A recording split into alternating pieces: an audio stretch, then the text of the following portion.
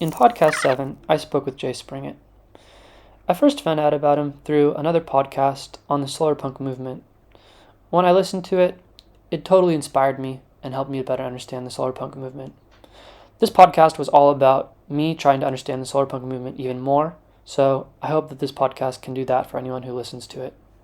If you want to know what the topics are in this video, then you can look in the description box below! The podcast will now begin. The first question is, how important are beliefs in the solar punk movement? Like in the past, there was cultures that had a lot of respect for plants, animals, the environment, and in some parts of the modern cultures, people still have respect for plants and animals and environments, but other humans don't. So how important are beliefs in the solar punk movement? That's a really good question. I think there's kind of two answers to this, or at least two threads to the answers to this question. Firstly, you can speak as a solar punk, but not necessarily for the solar punk movement, if that makes any sense. Yes. So I'm just speaking for, I'm speaking what I think as a solar punk or someone who self-identifies as a solar punk. And I personally think that beliefs are really important. In Solarpunk, but I think perhaps before that, like the second thread, before I answer the first one, the second thread, we should probably just talk about beliefs in the context of Solarpunk, right? Are we talking about individuals who self-identify as Solarpunks and are inspired by the ideas that that Solarpunk produces, inspired to action in the real world? Yeah. Or are we like, if we're talking about those individuals, or are we talking about solarpunk as a whole, like as a movement or as a genre? Because solarpunk as a movement and as a genre tends not to engage with the questions of, and when I say it tends not to, what I'm talking about is in the fiction, in all of the anthologies, beliefs is one of those subjects that are not necessarily engaged with in a lot of depth. And there's a really good essay by Rob Cameron, which he wrote for the New Modality last year. Maybe it was 2020 now. Time is time is strange. But so Rob Cameron wrote this essay called Promised Land, Religious Ideology and Solarpunk Science Fiction, in which he basically argues that solarpunk as a movement shies away from the question of belief, as a scene, let's say, and that we really actually need to head it face on. If we like as a movement, if it is going to be, in lockstep and, in solidarity with other literary movements, inspirational movements like Afrofuturism and Gulf Futurism and Sino-Futurism and so on and so forth, beliefs is something that we have to actually engage with. And I think that the reason why the genre doesn't necessarily engage with belief as a movement, I'm not talking about individuals, I'm talking about like as a scene.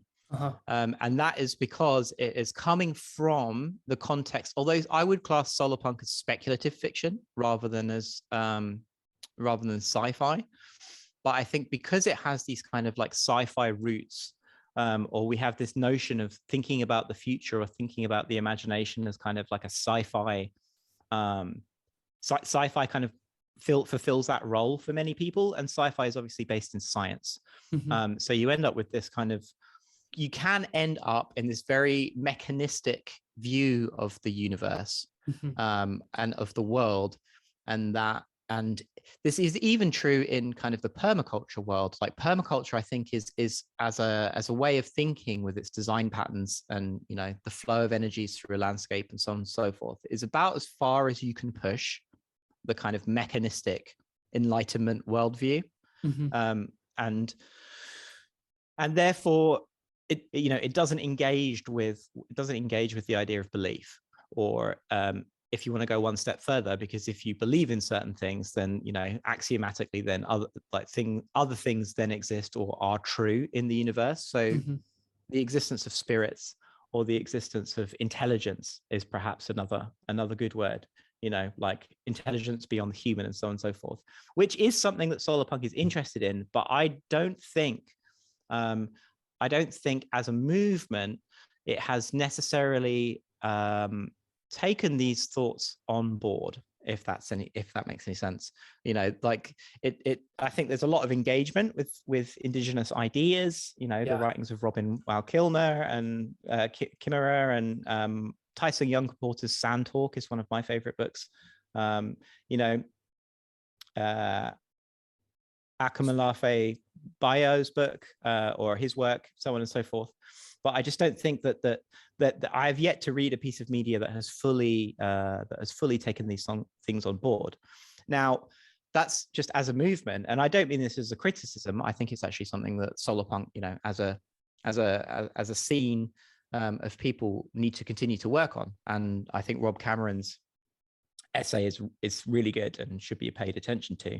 However, on the individual basis, one of the longest running Solarpunk blogs on Tumblr that I can think of that is still posting is Solarpunk Witchcraft. Mm-hmm. And can I swear? Yeah, of course. Cool.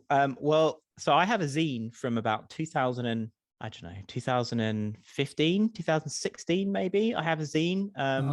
And that was produced by Katie Hume, and I believe the Tumblr blog Solarpunk Witchcraft also contributed. It was called Sacred as Fuck, and it's probably one of the first kind of physical bits of Solarpunk media that was, sort of ever produced. And that entire zine focuses on spirituality, belief, witchcraft, living universe, so on and so forth. Do you know what I mean? Yeah. So I do think that there are individuals who are, really trying to bridge these things together, bridge the living universe with the idea of, Solarpunk and its, goals as being kind of, imagination activism or whatever you want to call it. But I think there is a disconnect in kind of the wider movement and the wider groups with individuals that are kind of practicing and living certain life ways, if that makes any sense. Yeah. I might be missing a few things, but what I'm kind of getting from it is that there's no enforced beliefs, but beliefs play an important role. And there are a lot of different types of inspiration that one can get from contemporary and historical beliefs that people have developed previously and that are developing today. And it's an ongoing process, and some beliefs are going to work better for some individuals and not so much for other individuals. But they do play an important part of keeping the movement alive and inspiring people, keeping the ball rolling. And also, that it is important to mention that Solarpunk is a thought form or a container. Solarpunk is a container for people to share ideas. So groups of people or individuals put ideas together into the container of Solarpunk, and then because of the way that those ideas are in juxtaposition with one another, whether it's a solar paneled roof on a shed or some sort of permaculture swale next door to walkable cities information, when those things are all in juxtaposition with one another, then new ideas can be produced. And so it's not one fixed idea, and no one should be out there or be thinking Solarpunk is this way or Solarpunk is that way. It's more of a it's a collective project. Yeah, a collective project, and it's continuously evolving.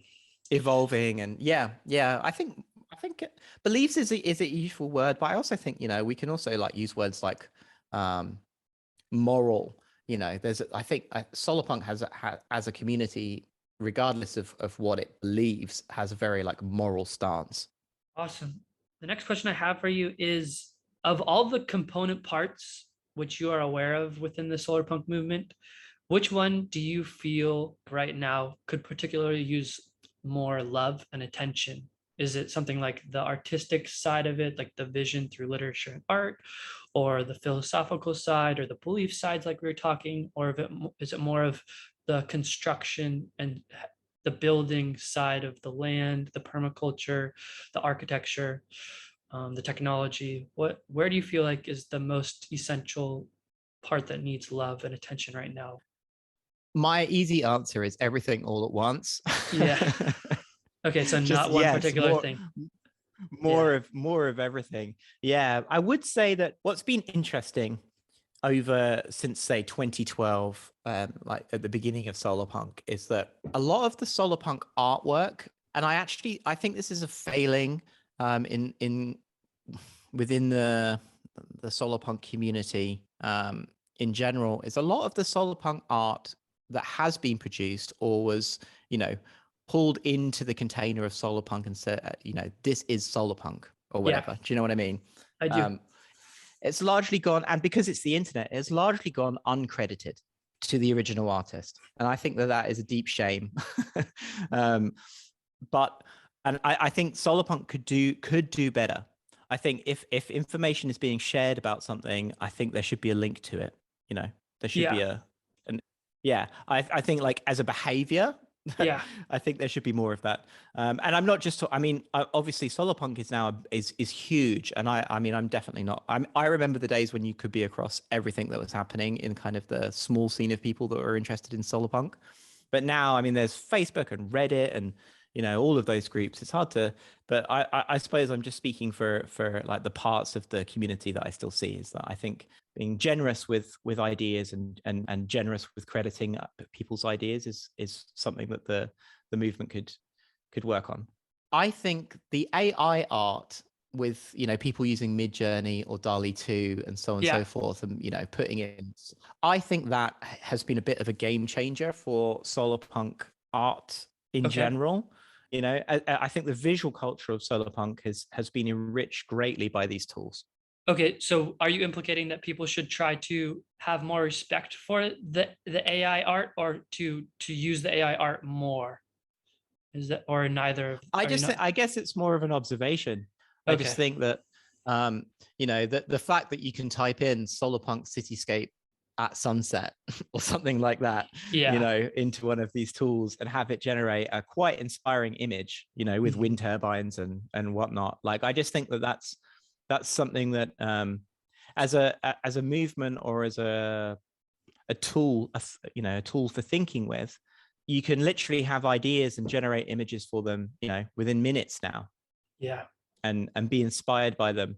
And that feedback loop, I think, is very important. And it's been quite inspiring to see all of the Solarpunk artwork that people have been, posting on Twitter and stuff like that have come out of these tools. It's an incredible game changer. I agree. Mm-hmm. Okay, so the next question I have for you touches on world building and the concept of land as platform. So first off, I want to say, it is my understanding correct? When I think of world building, it's like Solarpunk is one type of world building, cyberpunk is another type of world building, and then you also talk about reworlding, which is kind of like, I'm assuming, a reconstructing of a world that the people aren't necessarily happy about. They're like trying to reconstruct it, reworld it. Is my understanding correct, or no?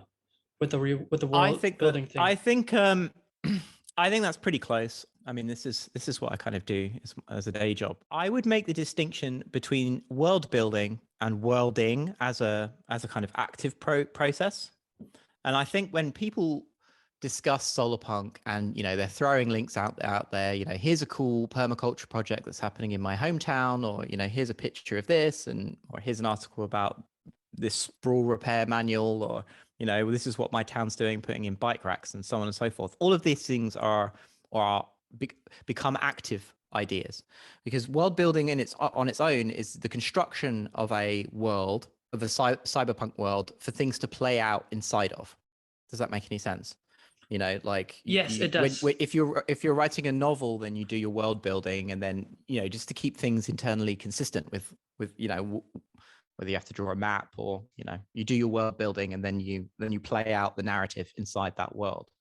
Whereas reworlding, or worlding in general, is the idea, I would say, is the idea that worlds are active things, and that they are always subject to change, and always ongoing and evolving and changing, which is more like the real world. And what you can end up doing, or be encouraged to do, in terms of worlding, is is that instead of the narratives playing out inside of a world that has been built, the narrative itself, or narratives, whether that be fictional or in real life, deciding that you're going to plant a garden, or deciding that you're going to go out and plant some fruit trees in the park without telling anybody. All of those things are kind of active narratives that contribute to the worlding of the world, in the capital W world, like the real world. And in the same sort of sense, you can world build a Solarpunk world, but you can't LARP a Solarpunk world, because LARPing is just going out and planting a garden. LARPing Solarpunk is just action, praxis in the real world. Does that make it clear? That does. Yeah. And does this tie into land as platform? Is land as platform kind of like world building on a smaller scale? It's just like the component parts of world building, or is it more than that? Is it culture building? Land as platform is a term that I coined in 2017, started speaking about it in 2018. And I've actually ended up moving into the subject of worlding because of where I was with the idea of land as platform. And coming out of a tech background and operations management, and the interactions between humans, places, and the technology that they use. And a simple example of this is that you can think of an office space as a world, and that people go to this single place. It's a place that they can physically visit. And once they're there, they interact with one another, but they also interact with the technology, the software of the company. So those three things combined create a hybrid environment. And that hybrid environment is obviously communicating both in real life, but also doing work in the virtual, or in Microsoft Word or Office 365 or whatever. When you like Zoom is a place that we can actually go to. Like, we're on Zoom having this discussion right now. So that's a very small scale example where the idea of land as platform was, how do we communicate the ideas of rewilding, and how do we communicate the ideas of permaculture, and how do we communicate these things all at once? Because all of it is extremely urgent, the action that is needed to fight climate change. And one of the things that I've come to realize, and this is from the work of Rival Strategy, who are a company here in the UK, consultancy firm, is that platforms aren't necessarily how we would think of them as multi-sided markets. Ultimately, there's a Twitter or Facebook, for example, is a multi-sided market of information where people are posting and consuming, and then the profit is extracted from the middle. So that's kind of Nick Sternacek's Platform Capitalism book, kind of summed up. Whereas the Rival Strategy see platforms as that platforms are technological systems that compose and recompose elements of themselves in order to further their goals. So, for example, platforms will compose and recompose bits of itself to pursue new avenues, whether that's avenues of profit or avenues of opening up new possibilities. So it's the same way as like Google used all of its, was it 411 was the phone number that they used? The very early Google phone number that you could get. And they had a voicemail program as well. And they used all of those voicemails to train their very first captions program. That's an example of that kind of recomposition. And given that means that within a platform, there's kind of discrete elements that are connected to that can be composed and recomposed. And the same is true of regenerative agriculture. For example, on a landscape, you have topology. So you have hills and valleys and so on and so forth. And you can apply the logic of a thing called, I don't know if you've come across this, but keyline design, which was invented by P.A. Yeomans in the middle of the last century in Australia. If you have keyline design, essentially what that does is that you can apply a way of thinking to the landscape at all scales, because landscape is fractal. So you can draw a key line. A key point in a landscape, I should mention, is where erosion becomes deposition. And the way it works is that you basically split topographic data into, it's a certain way of seeing. And then essentially it tells you where the best place to put ponds are up in the landscape. to hold water high up in the Okay. landscape, and so on and so forth. So you have this general view, you have this general idea of what needs to be done, but everything doesn't necessarily have to be done straight away. So land as platform is, how do we think of the landscape around us rather than it being, completely sacrosanct or completely trashed by humans? How do we think of the land around us as a platform, and how do we interact, and how do we make impositions on that landscape as part of our journey to survive climate change? Okay, so And using creativity and the imagination and knowledge and effort to try to reworld or do worlding in a way that changes things that's more sustainable than it previously was. And more I think that's probably a good summation. But also there is a certain part of like design patterns that are aesthetics. combined. Like an, Yeah, I guess actually, like, if you ever look and see a keyline designed farm, the aesthetics of that is extremely different from what we would consider to be pristine landscape. Mhm. If you have a look at Mark Shepard's farm in North America, he's got one of the oldest keyline designed regenerative farms. Yeah, it looks very different. There's a Solarpunk comic from years and years ago, which I forget its name, I'm afraid, but in it has a line in it which I really like, which is, "We pass a curated landscape," and I think Okay. that's the sort of like view that we'll have on the future. Interesting. So I got one quote from you. You said that memetic engines are ideas for producing more ideas. Those ideas must affect the world beyond the boundary of its container. So my question to you is, what is the most powerful Solarpunk memetic engine right now, in your opinion, and why? Well, Solarpunk, the idea is itself the memetic engine for Okay. producing new ideas. So Solarpunk is a container which people put ideas into, and then because those ideas are in, as I said earlier, in juxtaposition with one another, they inspire and influence individuals to give them new ideas. So that in itself is what I would call a narrative strategy. So the memetic engine that is Solarpunk has a narrative strategy, which is to inspire people's imaginations to I use the comic book artist Warren Ellis's term, to refuture people's imaginations and ideas of the future and inspire them to think of the future in new ways. And then new ideas come out of that. And the example that I usually give is that if you've come across the idea of a food forest, or the idea of just regenerative techniques for scrubland, let's say, and then you park up at your local big box supermarket, and right next door there's a big patch of scrubland, then not only is that scrubland a site for real world intervention, you can go out and plant those trees there, or someone should plant those trees there, and you should agitate for trees to be planted there.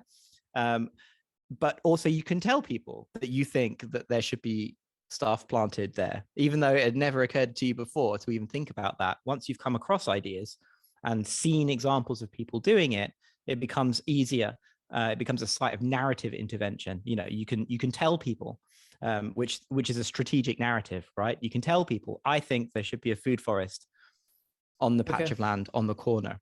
And that's what I mean by affecting the real world. So you are introduced to a whole collection of ideas, and you have ideas of your own, and then those ideas that have come out of Solarpunk that you've been influenced by, whether it's your own or other people's, can then affect the real world. And another example of that is that during the pandemic here in the UK, someone set up a seed swap, or a seed library for tomatoes and fruit and veg, garden fruit and veg. They set up a seed library in an old phone box in the middle of their village. And that was because they were inspired by Solarpunk. And actually, that's a really great idea. You know what I mean?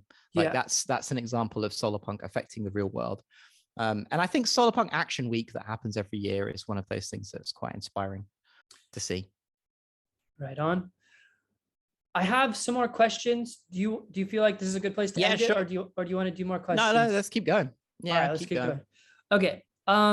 So this one's kind of more personal. I know that the Solarpunk movement is kind of very subjective, and but there's like the common thread of sustainability running through it. But you've known about Solarpunk for many years now. Over those years, what has been the most prevalent or powerful thing within the movement to you personally?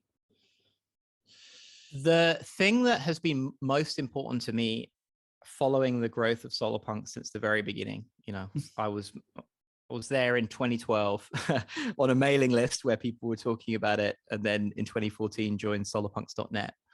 The thing that I appreciate the most in my interactions and being involved in Solarpunk is actually the community of people and just how generous everyone is. The Okay. people that I've met through my involvement in Solarpunk are all absolutely fantastic human beings. And I mean, I'm going to shout out some people now and their work, like Andrew Danner Hudson's work. I became friends with him via Solarpunk, and we wrote a short story together that was nominated for the BSFA, or was longlisted for the BSFA award here in the UK. Wow. Serena from World Weavers Press, who put out and also organized the Kickstarter for the first translations of the original Portuguese book, Solarpunk book. I think that was 2017, maybe, not when she started that. But I'm, very blessed and privileged to have met her and made her acquaintance. And yeah, there's so many people. Future Fiction in Italy. I've met so many people. That there's the Commando Yggdrasil. Yeah, I mean the list is really long, but I've just met so many inspiring people that we're all moving in the same direction, and believe that Solarpunk can be a powerful sort of narrative tool for inspiring the change that we need to see. Rad. One other question I have is, previously in the past, there's environmentalism, the green movement. Is there anything that's really clearly different about Solarpunk than these previous movements? And how do we draw that distinction? Is this the environmentalism and green movement, like our generation, this just the next 3.0 version, or is there something distinctly different about it than previous green environmental movements? That is a very good question.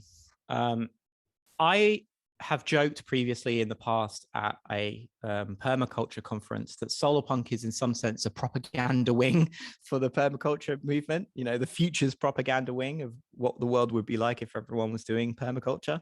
Yeah. And I'm not necessarily joking when I say that, but I spoke about this at a conference. All of these things they're all fellow travelers of one another. The green movement, the environmental movement. There's the sunrise movement in the US, and so on and so forth.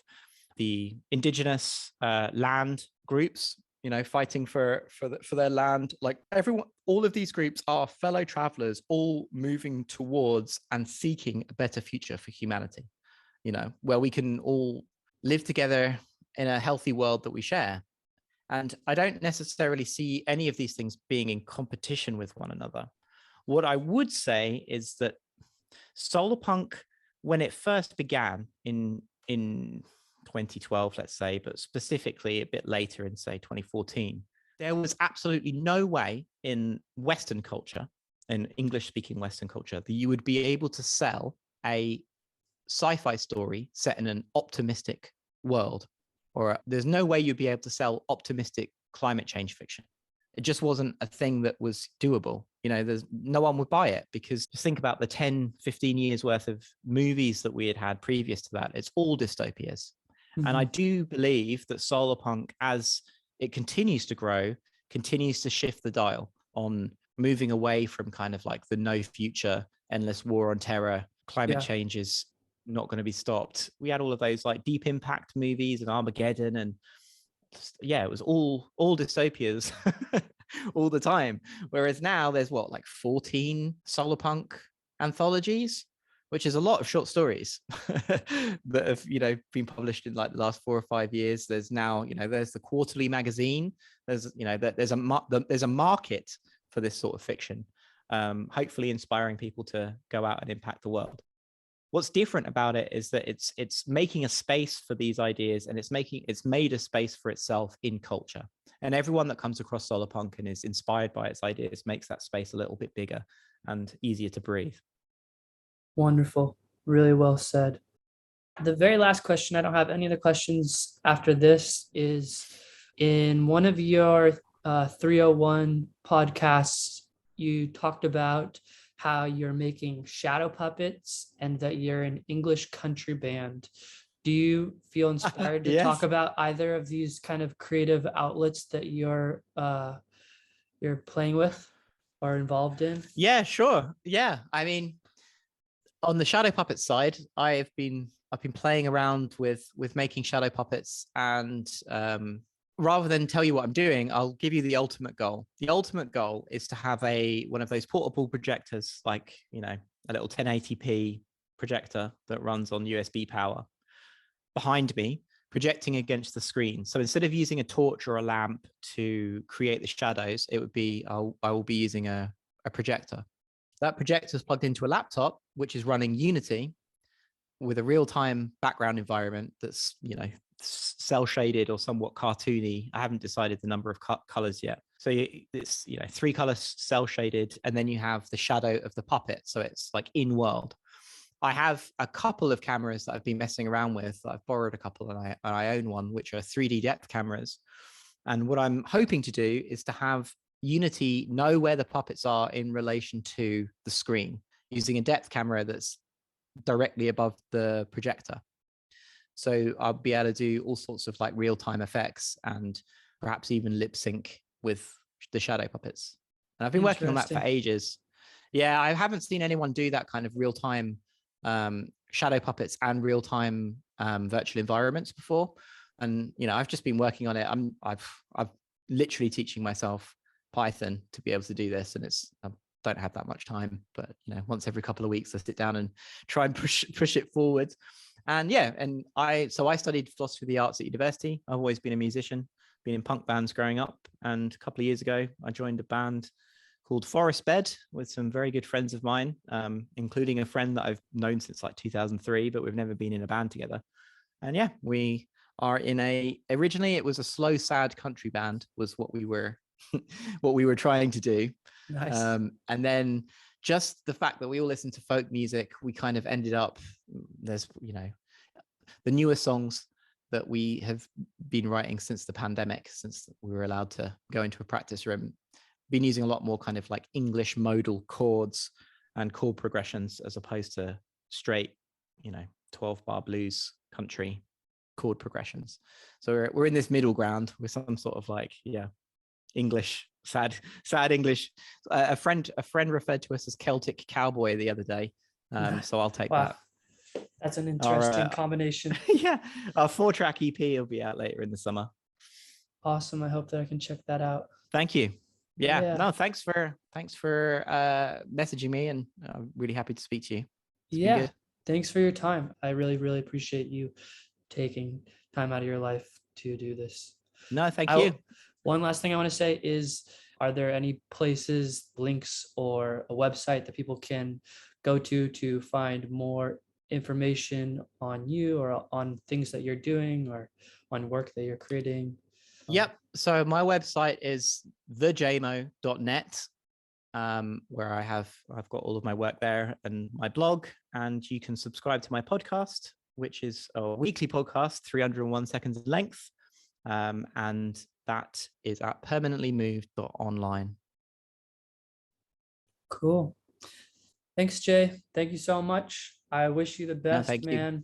And same with you and all your creative endeavors. I'll be following your work as well. Thank you. I'll be definitely checking out you as you continue to evolve and watching and observing and learning from different concepts that you're sharing with us. No, thank you. Stay in touch. All right. Likewise. Peace, Jay. Yeah, no worries. Be well. If you have any interest in checking out the podcast, which I spoke of at the beginning of this podcast that Jay did on the Solarpunk movement, you can find more information on that podcast in the description box below this video.